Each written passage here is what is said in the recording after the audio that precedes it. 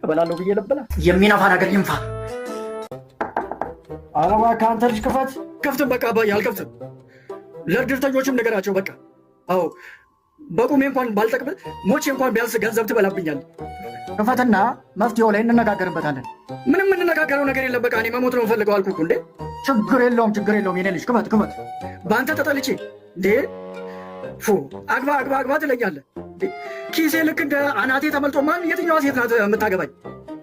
አልከፍትም። በቃ እኔ መሞት ነው የምፈልገው። አዎ አውቃለሁ፣ ህይወት ፊቷን እንዳዞረችብህ ይገባኛል የኔ ልጅ። ግን ክፈትና ከፍትም። በቃ አባዬ አልከፍትም። ግድ የለም እኔ አሁን አባትህ ደርሼልሃለሁ። አዎ እኔ ደግሞ ለመፍትሄ ማን ብሎኝ። በቃ እሺ አባዬ፣ እኔ እኮ ከድሮ ጀምሮ እንደማጨክንብኝ ጠንቅቄ አውቃለሁ። ከፍታለሁ። እንዴ ምንድን ነው እንዴ?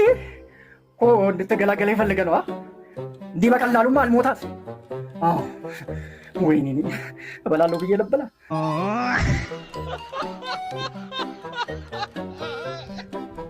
የሚነፋ ነገር ይንፋ። ፕሮፌሰር አጎናፍር እንኳን ወደ ስቱዲያችን በሰላም መጡ። እንኳን ደህና ቆያችሁኝ።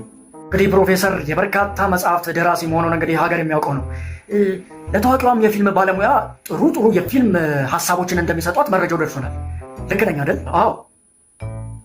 እሷ ምን ላድርገው ብላ ስትጨናነቅ እኔ ነኝ እንዲህ አድርጌው ብዬ የሰጠኋት። እኔ እኮ ካላማከረች አጽፍም። ፓፓ የሚገርሙ ሰው እኮ ነው። ለመሆኑ የፊልሙ ዋና ገጸ ባህሪን የማግኘት አጋጣሚ አልነበረውት? ምን አጋጣሚ ብቻ፣ የአክስቴ የሚስቱ እህት ልጅ እኮ ነው። ዘመዴ እኮ ነው። አባዬ እዚህ ነህ እንዴ? አንተ ሰላም፣ እዚህ መኖሬን በምን አውቀህ መጣህ? በል ዞር በልልኝ፣ ቀረጻ ላይ ነኝ። ዞር በል አንተ። የሚነግሩን አሰማም እንደ የእድሩ ሊቀመንበር ልከውኝ ነው። ጋሽ ዳመና ስላረፉ ለአባትህ ከየትም ብለህ ንገረው፣ በጠዋት ጥሩምባ ይንፋ። የሚነፋ ነገር ይንፋ። ዞር በል።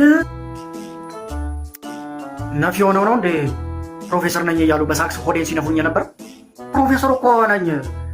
በቅርቡ ነው ከነፊዎች ማህበር ያገኘሁት። እኔ ቅሌታም ሽማግሌ ፕሮፌሰር ነኝ አልኩ። ፕሮፌሰር ነኝ። ለእኔ ሲሆን ነው ማታም ነው። ከላይ እስከታች አምናችሁ ተቀብላችሁ በዘበኛ አስጎትቼ ሳላስወጣ ክብርን ጠብቀውጣ። አንተ ቤት እንገናኛለን። አንተ ደግሞ እስካሁን የቀረጽከኝ ሳትከፍለኝ አልወጣም።